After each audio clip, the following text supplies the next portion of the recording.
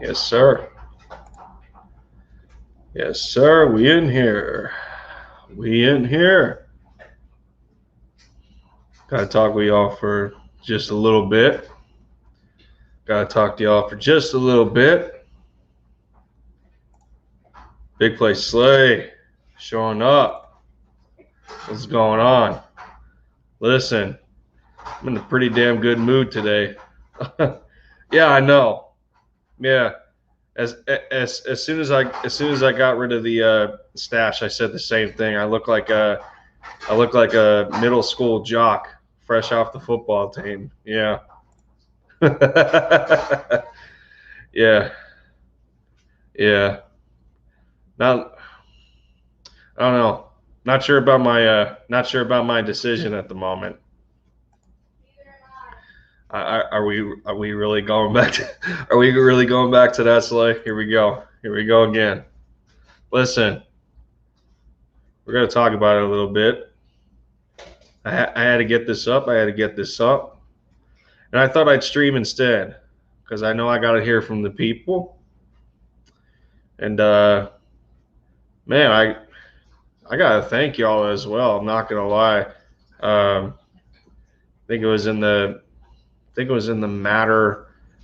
It was in a matter of a day that I got, I think, 5 subs, and it bumped me up to 71. So, whew, this is it's getting pretty damn close. We are 29 away from 100.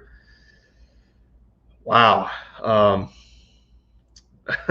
Personally, I thought it would have taken me a little bit longer. Um, I didn't, but I guess for people with a lack of confidence at times, they kind of set a lower bar of expectation for themselves, and that's that's pretty much how I was in the beginning. And as far as I guess as far as awkwardness and trying to create things that weren't necessarily I guess the creation of a random slogan that I that I don't even do anymore. And, but that's all behind me. What I just continue to keep moving forward. This is it's it's still crazy to me, definitely.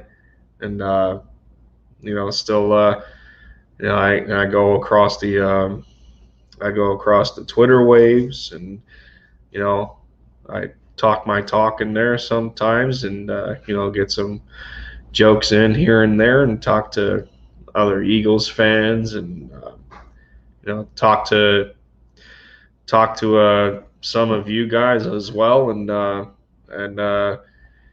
crazy part about it is that a Giants fan followed me on Twitter today.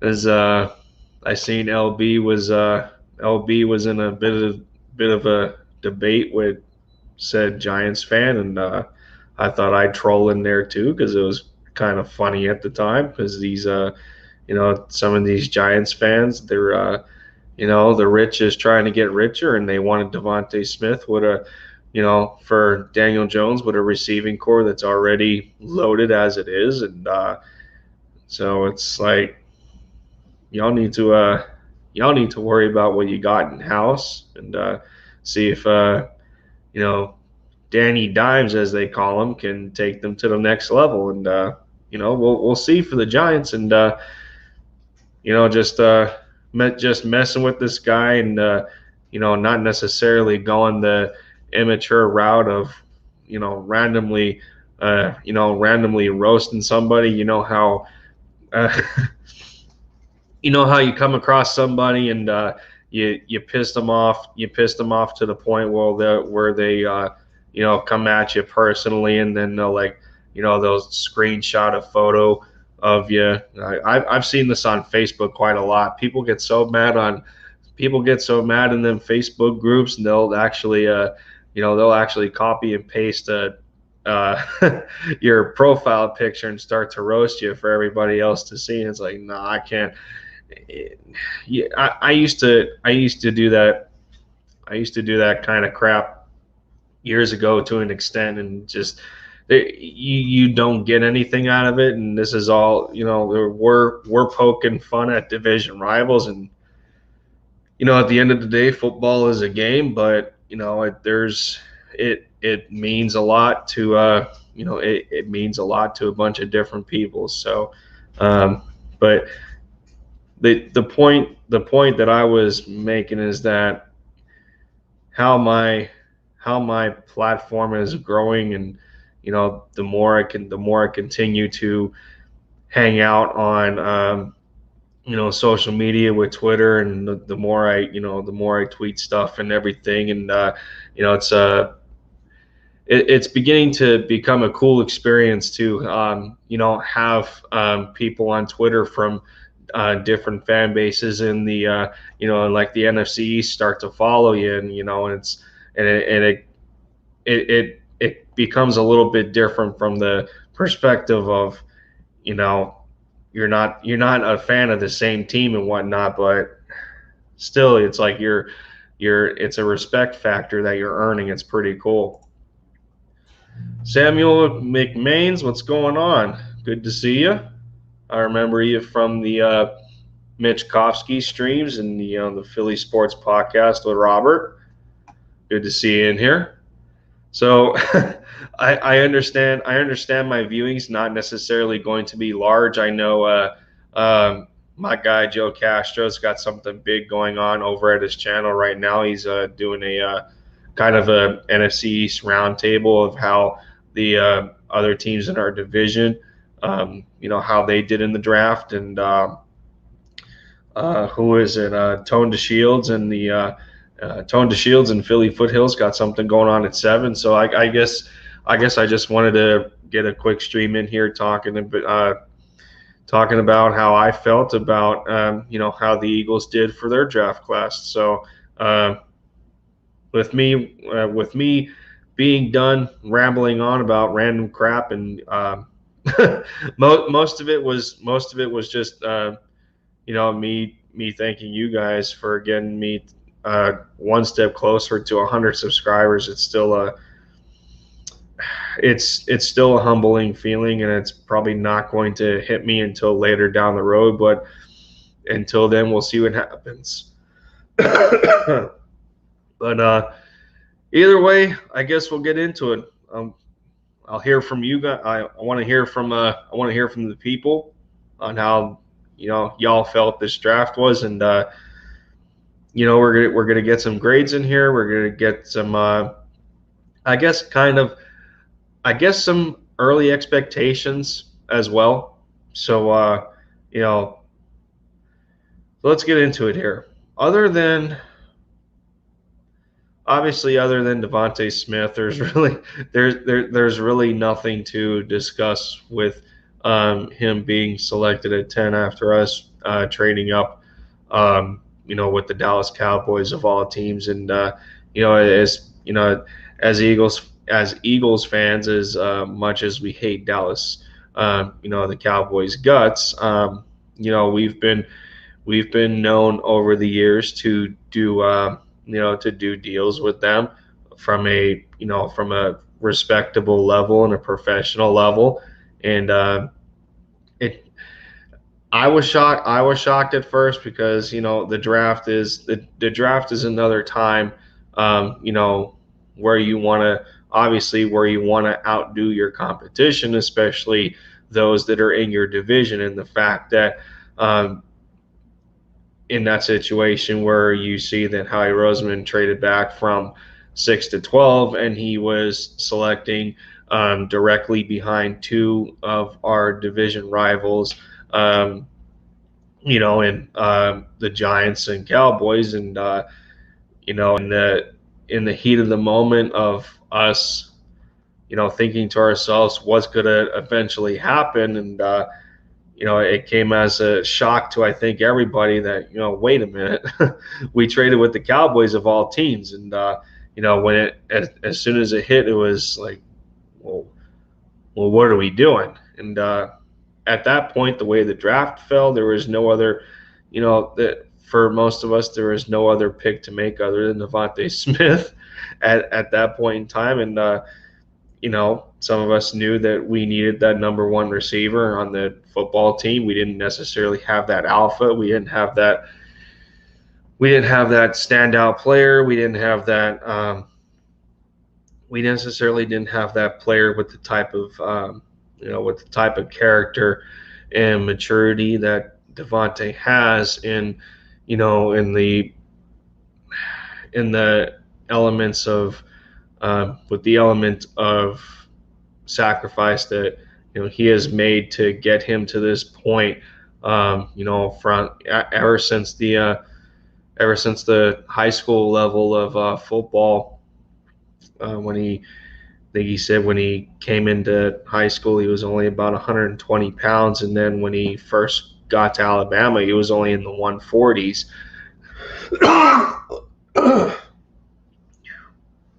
Didn't expect that. Jeez.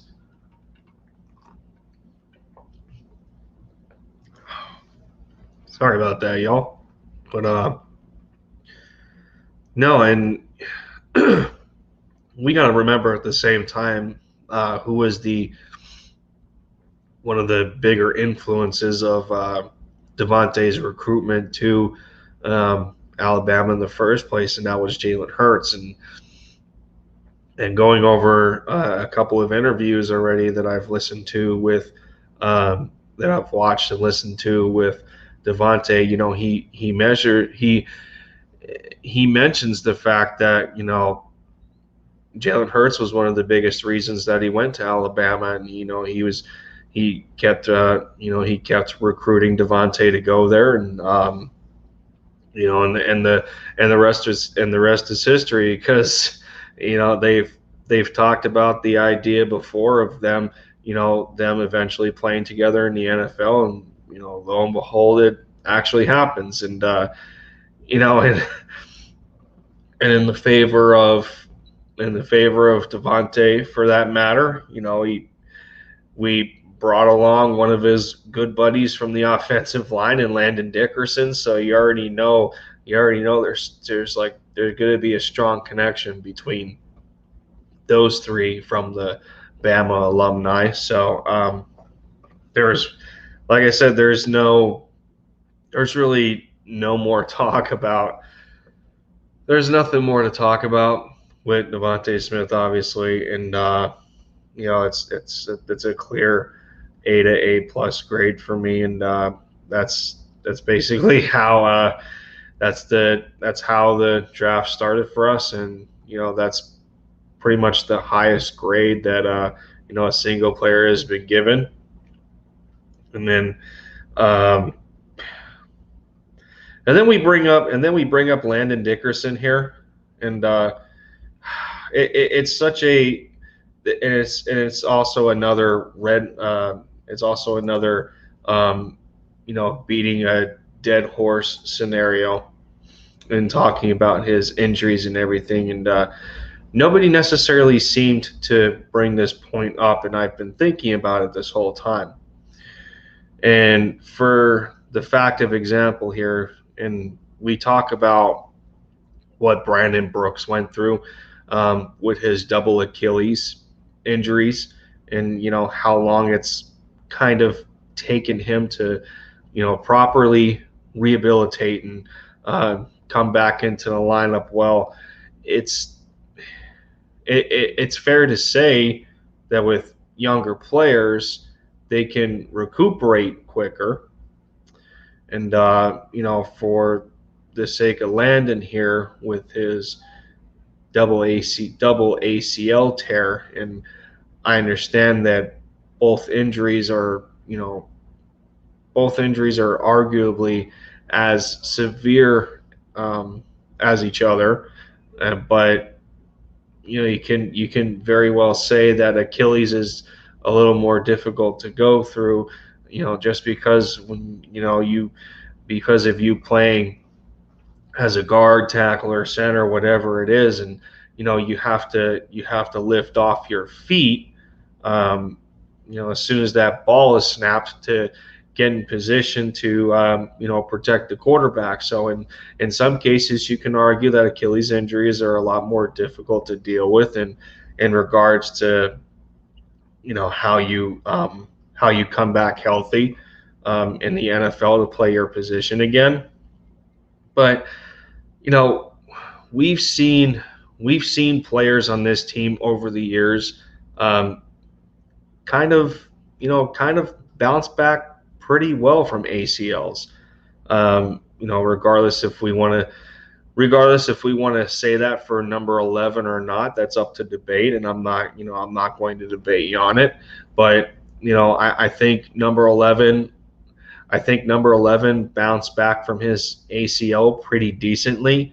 So we have to imagine with a bigger, obviously, Landon's a bigger guy than number 11 is, and ever will be for that matter. But at 6'6", about 325, the amount of athleticism you still have to possess to play the offensive line position, whether it's at the collegiate or NFL level, it's there's a pretty strong requirement there. And we talk about a player in Landon that has played, all three, like all three main spots on the line. We are talking, the tackle, guard, and center spot. And he's played everywhere.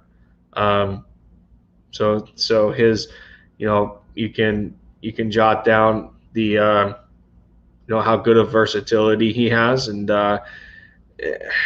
it kind of it still sucks. It still sucks to think about at the same time that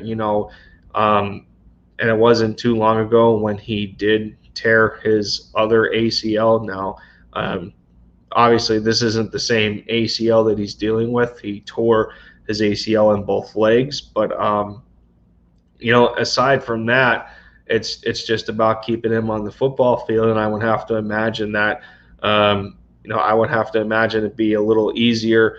It would be a little easier to maintain a guy like Landon Dickerson, at the fresh age of, I think Landon's only about 22 years old, like 22, and he might be 23 at the start of the season. So you can say that it's going to be a little easier to manage a younger kid with injuries like that than it would be a guy like Brandon Brooks, who's in his early 30s. It takes longer for guys at that age to recuperate, especially with that type of injury. So I'm not necessarily worried, and I'm not necessarily worried with Landon's, healing and rehabilitation process. It's just how durable he's going to be moving forward. But I'm not going to worry about it too much. And then we continue down the line here with the rest of the picks, as Big Play Slay here giving a shout out to Jordy. As Jordy says, he still stands at a grade of a C minus, and I'll admit when I went over this draft initially, and my premature grade on the whole thing was a C, but the harder I looked at it, and and realizing that the idea behind this draft is that it's not a 1-year retool, it's a 2-year retool. Howie Roseman and the scouting department, everybody working in collaboration, I think they set themselves up pretty well going into 2022, barring the success of the players selected in this class. Now, whether they make the team or not, how deep they are in the rotation, et cetera, et cetera. But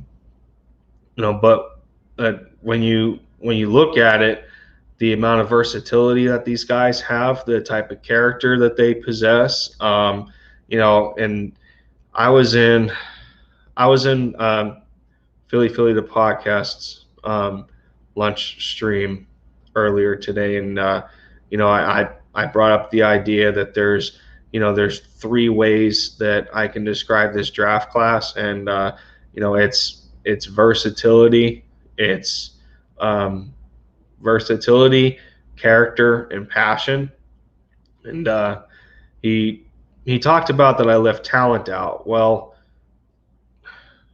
you can say versatility describes the talent of the player in the first place, and that because that basically describes their their capabilities on the football field to playing multiple positions, and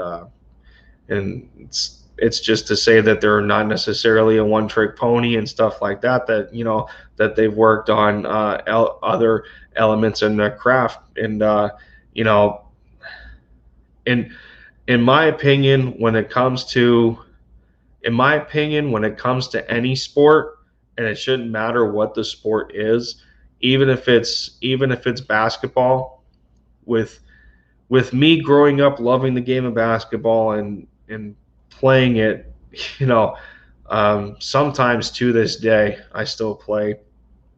I was at a time where that's all I wanted to do, and I've had some injuries that set me back, and I'm in a position now where it kind of hurts to know that I can't play to the level that I once did. But with me growing up playing basketball and being on rec teams and playing for some of the schools that I went to, you don't and and like I said, this doesn't matter for it. It doesn't matter what sport you play, but in my opinion here, um, here we go again. Let me guess, you were a legend on the basketball court. Okay, so I wasn't necessarily a legend. So um, my game kind of evolved as I got older. I don't necessarily count my toddler years of playing, because I started playing basketball when I was about 6, and my mom would take me to the YMCA for these little I guess how they have the Pee Wee League in football. Well, it was kind of the same thing for basketball, where it was age groups of 6 to 8, and then you had like 9 to 11, and stuff like that. Well, I was in some of those leagues, and and the more I got older, the more my game evolved, and at the age of 12, I was playing the power forward and center position, and I don't know. I just felt like I just felt like a tree. I felt like a fat tree standing in the middle of the box, and the paint down low, just waiting for the ball to get passed to me. It was weird, and I played that way for a couple of years until my game continued to it continued to go to the next level, and I improved on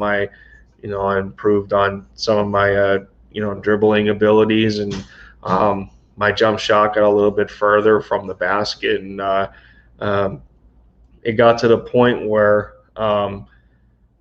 come come 8th grade, as a power forward, I ended up being the best 3-point shooter on my team, and I had to prove to the coach that that I can shoot three. So he walked up to me and he says, "I'll tell you what." He says, if you can beat all the guards in a 3-point contest, I'll allow you to shoot threes in a game. And I said, okay. So and this is when I was only about 14, I think. I was only about, yeah.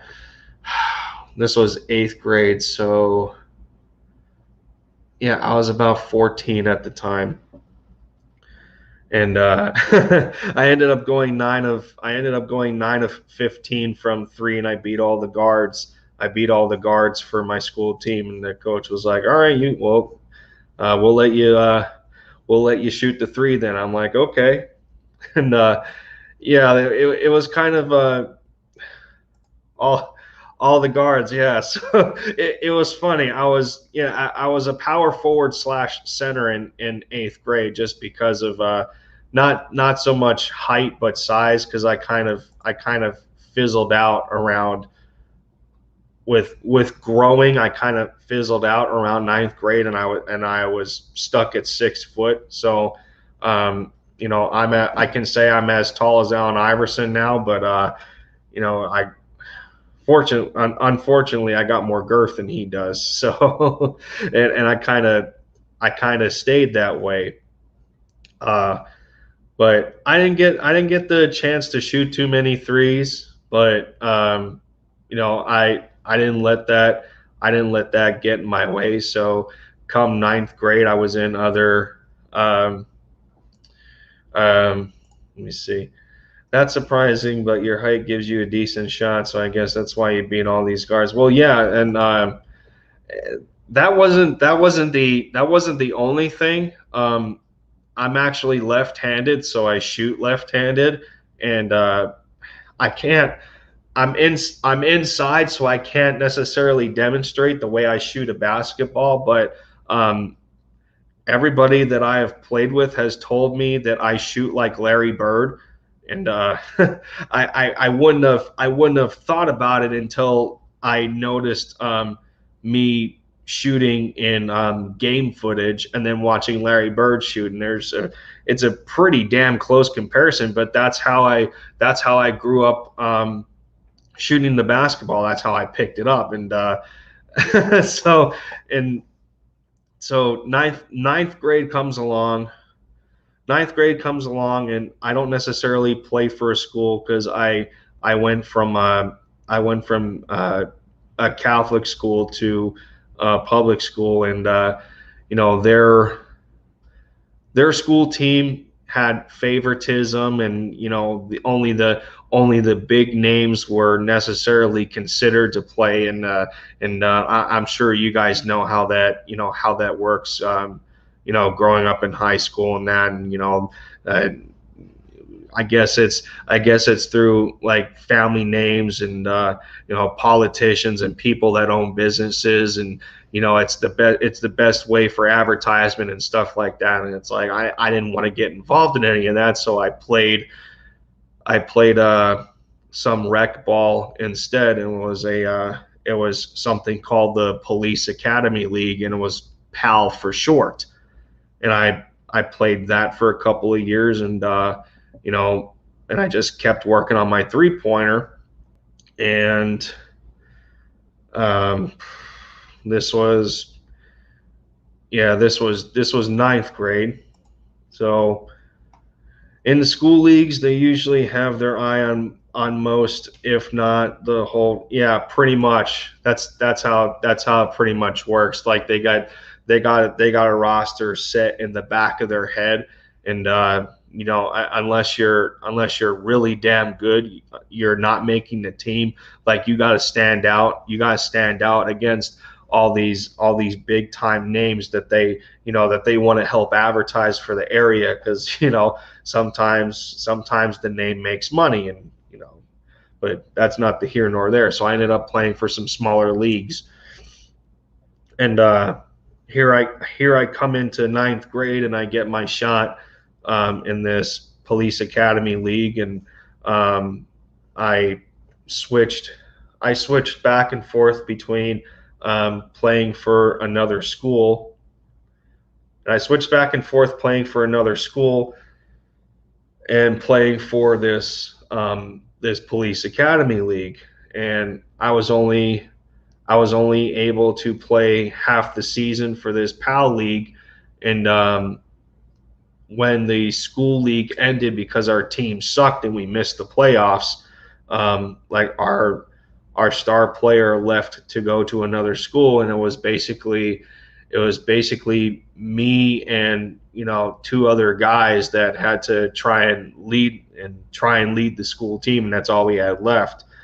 And as soon as that season ended, I went back to this. I went back to the Police Academy League, and in about because the season for the Police Academy League was about 16 games, and in over the course of 16 games, I averaged about what did I average? I averaged about 18, 7, and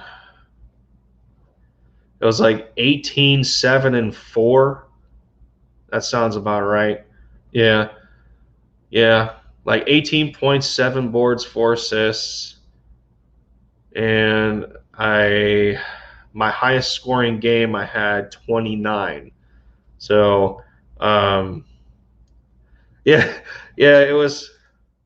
Yeah, I was still growing though. I was still growing, and but no, in a span of 8 games, I averaged about 18, 7, and 4, and there was cases where the other team is looking at us and they see this big ass dude bringing the ball up the court. They're thinking, well, what the hell are these guys doing? And there was cases where I actually played. There was cases where I actually played point guard, and the second tallest player on my team was like was like 5'6" or 5'5" at the time, and here I am, a 6 foot kid at 15 years old, and it was kind of funny bringing the ball up when this big ass dude bringing the ball up, and I remember vividly we had a rival in that police academy league, and we managed to beat them both games, but they were pretty close. We only won by about 5 to 7 points both times we played them. But the my my breakout game I had 29 points. I had 29 points. I made 6 threes that game, a couple of blocks, and I had a couple of my teammates on a really cool half court assist. So it's funny. Like I only remember it. Sometimes you can't even describe it. Like if I can put it this way, like some of the greatest moments in your life, some of the greatest ones, or the ones where you felt at your highest or most accomplished, or you know some of the things you remember most have been your biggest moments, and I guess that's why I can vividly remember some of the stat lines that I put down, because they weren't I didn't personally record them or anything. I just remember going to the bench at the end of the game and taking a look at the box score, and then once the season was over, our coach showed us our total stat lines, and in about I remember in about 8 games.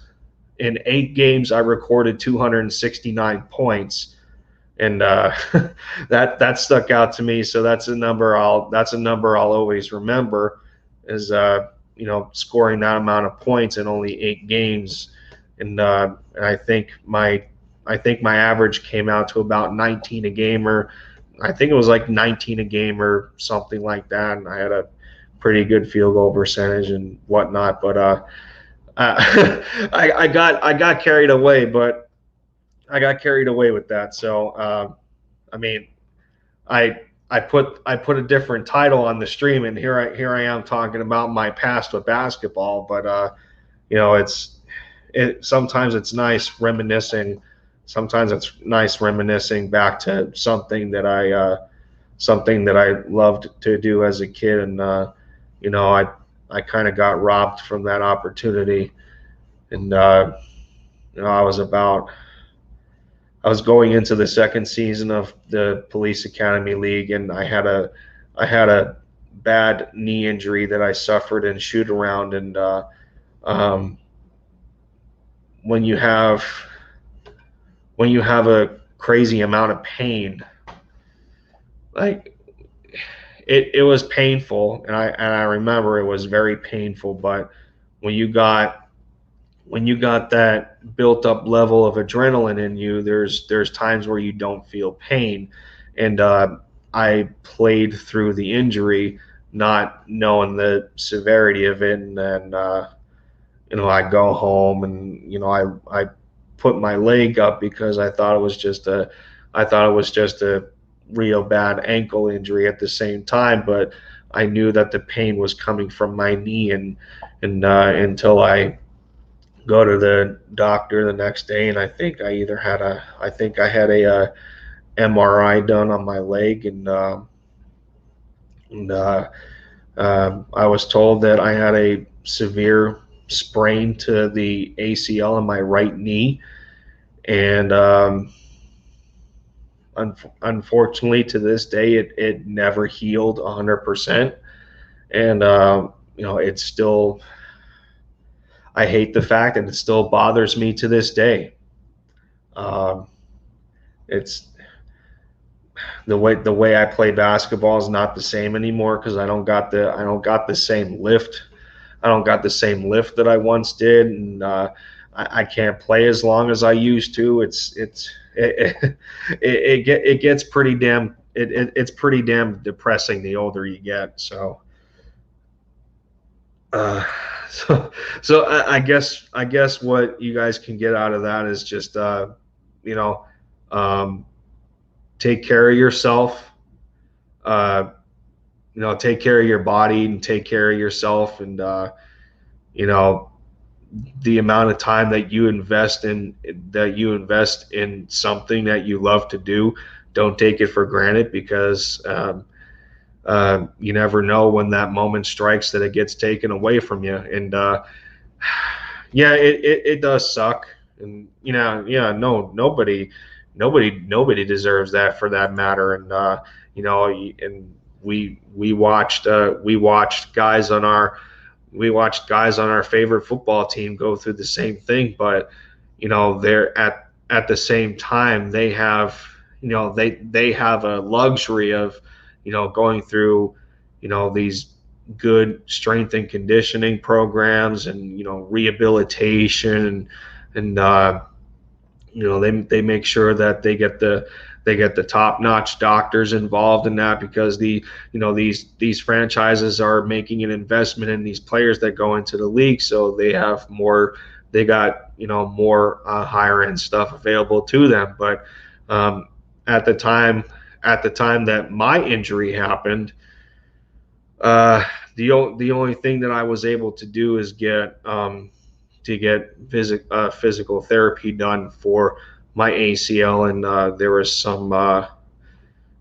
was some stimulation involved. It was like electro stimulation, and they put these pads on your leg around the muscle, and it sends electrical pulses around your knee, and these pads sit in the area for about like anywhere from 5 to 10 minutes. And I had that kind of therapy for over the course of, ooh, I want to say it was a 6 to 8 month recovery from my ACL.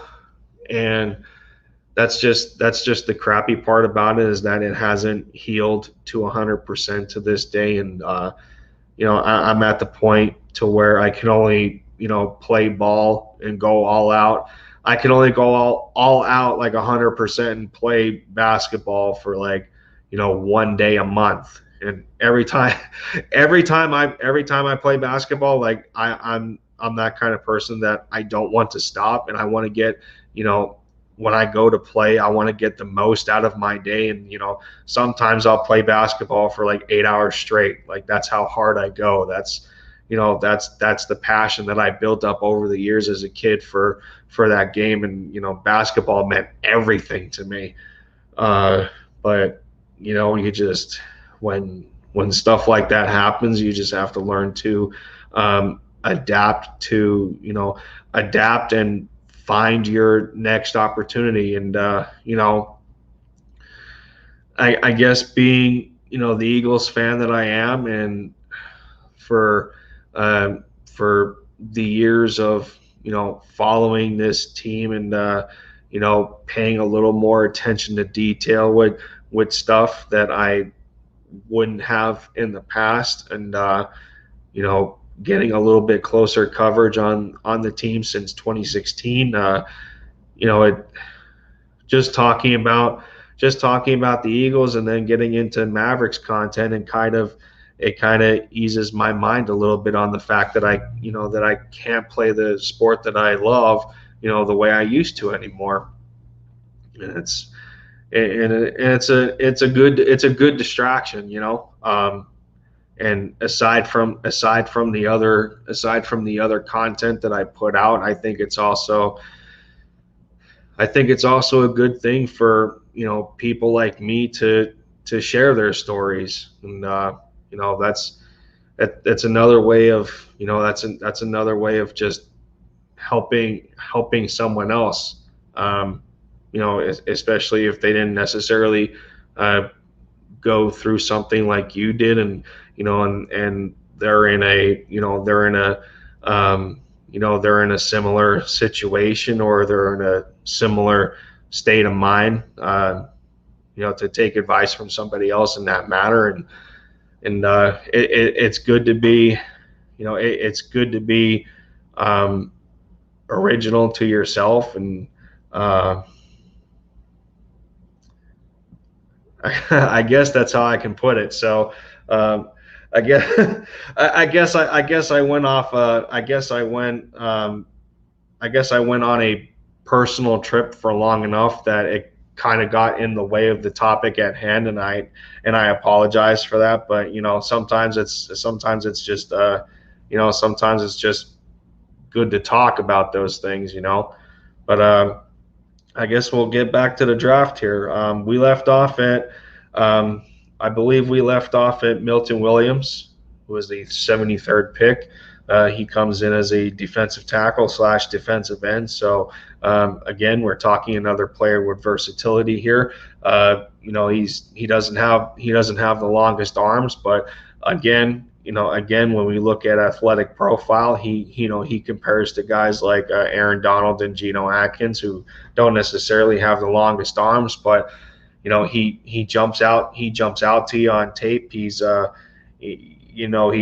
very aggressive, and you talk about players that play to the whistle, and there's a lot of these guys in that draft class, and we know that this isn't going to be just a 1 year retool. This is going to carry into 2022. You want to get these guys in house, and try to contribute as soon as possible, while also adding competition to the players that were left over from the previous regime, and in the Doug Peterson era, and for what it's worth, on the defense in the Jim Schwartz era.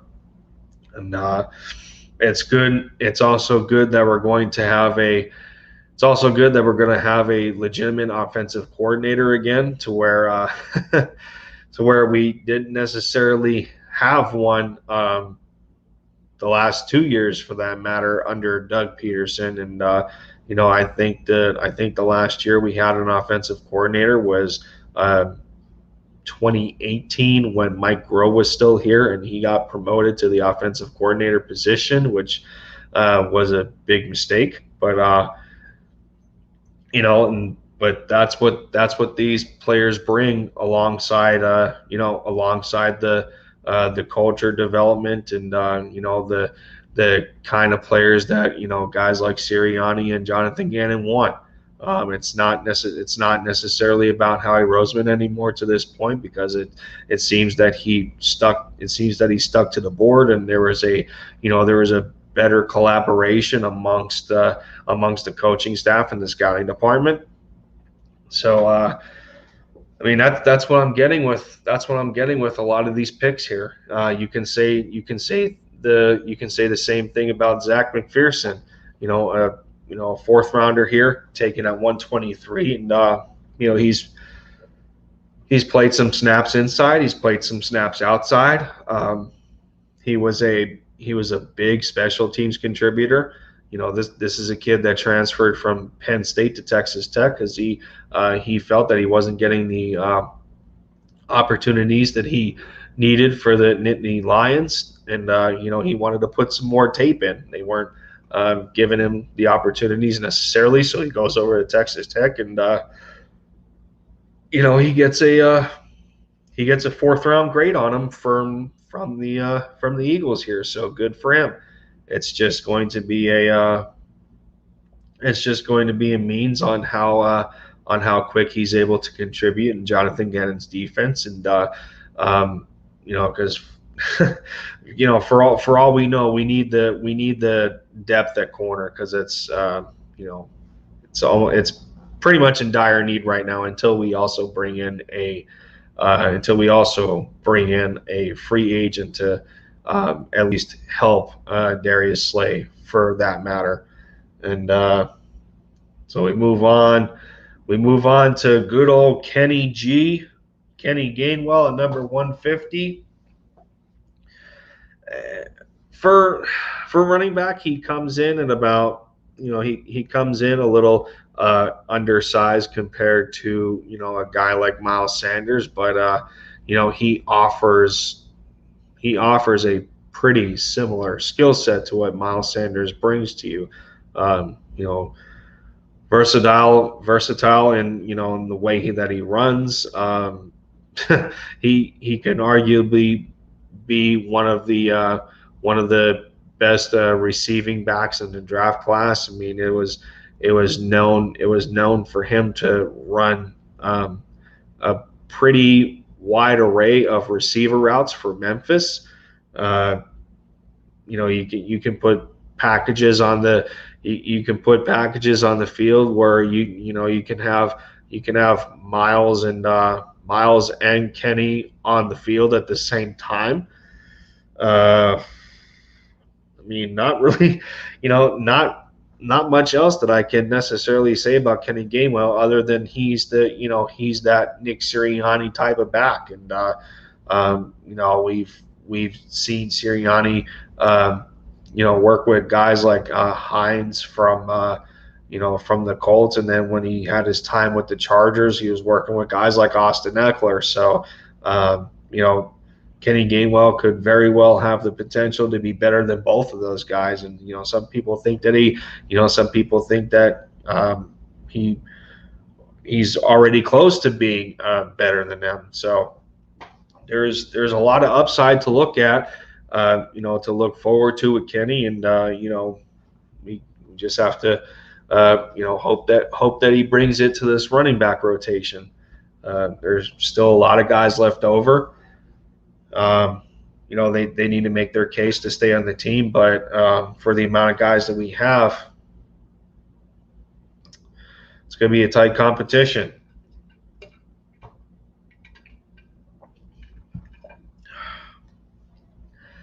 And then all I'm really seeing towards the end of the draft class here is you take Marlon Tuipulotu, for example, at 189. He was best seen as a run stop defender at D tackle. Good rotational piece for when you want to give a guy like Hargrave or Cox a break, you insert him in there, and you can have Graham on the edge with Sweat, or cycle in Barnett or Teron Jackson for what it's worth, and get some different packages in there. Maybe throw Jannard Avery back in as a pass rusher, in that kind of outside linebacker role, stuff like that. But I mean, outside of the first two picks here, and if you want to include Milton Williams, then you can. But the rest of these guys are depth pieces. if that. And obviously they got work to do. The only other guy that I would have injury concern with would be you know the DN from Coastal Carolina and Teron Jackson. Reading up on him, he was redshirted almost every single year at Coastal. He was battling through like a deep thigh contusion in his leg. So I'm wondering how healthy he is at this point, and if that's going to be something that bothers him moving forward. So I mean, when we talk about injury, I think Landon and Teron are the only two that we should pay attention to. But other than that, the other guys seem decently healthy. So when it comes to my grade, for this draft, and I think that there's a lot of people on the same page as I am when it comes down to it. I gave it a solid B. This is a good start for. It's a good start for the first phase in what we want to accomplish for this football team with first-year head coaches and coaches and coordinators and people we've inherited from other football teams and people that we have retained, and guys like Aaron Moorhead and thankfully Jeff Stoutland, who almost took the job in Alabama. I think we're on to something here, and there's definitely there's definitely an upside. I didn't necessarily want to I didn't necessarily want to include the undrafted free agents because the Eagles didn't make their signings official. There's cases where they agree, these players with their agent, they'll agree to sign to a contract, but until it's official, sometimes another team comes along with a better offer, and it's like, oh well, we were given the better offer over here, so we're going to accept that instead. So I don't want to get all excited about the undrafted free agents yet, and until we know when it's announced by the Philadelphia Eagles that they're officially signed. Then we can look into players like Trevon Grimes and Jamie Newman and the tight end from Nebraska and Jake Stoll, who he's good for what he is, but he's nothing special, and I'm not sure what he's going to bring to the tight end room because there's a lot of projects in there to begin with. So that's I mean, that's pretty much all I got. I gave, like I said, I gave the draft a B in my opinion.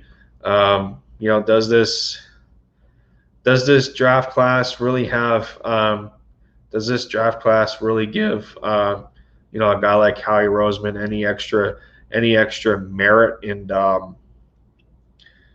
kind of saving his job? I don't think so. I think you have to see how the season pans out and where these players are as far as development, where it carries you into next year, how you utilize next year's picks if he's still here.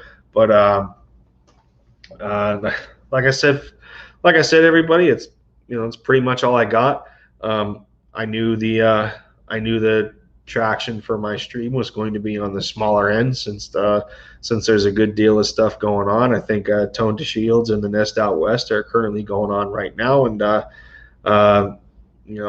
Joe Castro, Philly the podcast, he's got something going on for a division roundtable for the NFC East. So there's some better entertainment, I guess, on YouTube right now, other than what I'm bringing to the table for you guys. But at the same time, I don't have enough thanks to give, honestly, for the position that I'm currently in. Did I think I was going to be did I think I was going to be this close to 100 subscribers this soon. No, not remotely. Not. I don't even think I would have been. I don't think I would have had at least, um, you know, 30 subscribers to this time. But for how I was, I guess for how I was received in the, um, see, okay, Jordy, now you're bluffing. Now you're bluffing. No, man, like y'all are talking to a big ass head right now with nothing going on in the background. There's better entertainment, trust me. I'm trying though. I'm trying, but no, I mean, for the way I was, I guess for the way I was received in the beginning for, um, for my channel and the inspiration that I was given to continue, from the likes of, from the likes of guys like Joe Castro randomly commenting on one of my very first videos, or, I think RB stopped by and dropped me a comment, and, Joey Shakes out of nowhere dropping me a comment. It's the little things that go a long way, and we can't allow ourselves to we can't allow ourselves to forget those kinds of moments. So, like I said, I don't have enough thanks, to give everybody that supports my channel, and am I necessarily, where I want to be at this moment in time? No. And I don't think there's a lot of people that are satisfied for that matter. We always want to do better for ourselves, and you know, I picture down the road that I'm going to have my own man cave where I can put, all of my Eagles memorabilia around, and maybe I invest in a green screen, and I can make my entertainment value with my channel a little more appealing, and improve on my editing skills and stuff like that. And but for what I'm doing now, and the little things that the little things that I'm touching on, it's amazing how well received I have been as of late. And I can't thank everybody enough for the support that they have given me to realize that I'm 70% of the way there to 100 subscribers. It's unbelievable. And that's the first biggest milestone that somebody can set for themselves, for the channel, for their channel. So I guess I rambled on a little bit. I guess I rambled on a little bit too long there, and got off topic sometimes, but it is what it is. I guess I'm that kind of person that likes to tell their life story every now and then. But I guess I'll leave this stream at a quick hour, and this was basically to get my opinion out on how I graded the draft, and for anybody that managed to stop by, whether it was for 5 minutes, 50 hours, or 5 minutes, 50 minutes, or 5 hours. I appreciate it. I appreciate it either way. Doesn't bother me. So I just make the content that I do, and I continue to push it out. So I'll leave the stream at an hour. I guess that'll do it for me. For those that go on to other streams, and you'll most likely catch me in there talking to talking to my other dudes in the content creator community. I'm probably gonna go hang with Tone to Shields and the Nest Out West for a little bit. They got a live stream going on, so I'll go hang out with them. You know, maybe they'll turn the stream into a call-in. You never know. So that'll do it for me. Thought I'd give you guys a quick stream. I gotta I gotta utilize StreamYard now that I have a paid subscription. And, I can stream for as long as I want every month, and give you guys the best content I possibly can. I'm definitely going to check in on the NBA schedule once more. See when the next game is that the Dallas Mavericks play. If I'm able to stream it, if it's at an appropriate time. So it looks like the Mavericks play the Heat at 8 o'clock. I don't know. That might be the this might be the game. This might be the game that I'd have to stream. I don't know. I'll think about it, but I'll leave you guys. I'll leave you guys to it. So maybe I'll get that stream set up, and I'll hope to see some of y'all there. But that's gonna do it for me. I appreciate everybody coming in here. Leave your thoughts down below in the comments when the stream is up. How y'all graded the NFL draft for the Eagles with the class of 2021. Again, a refresher.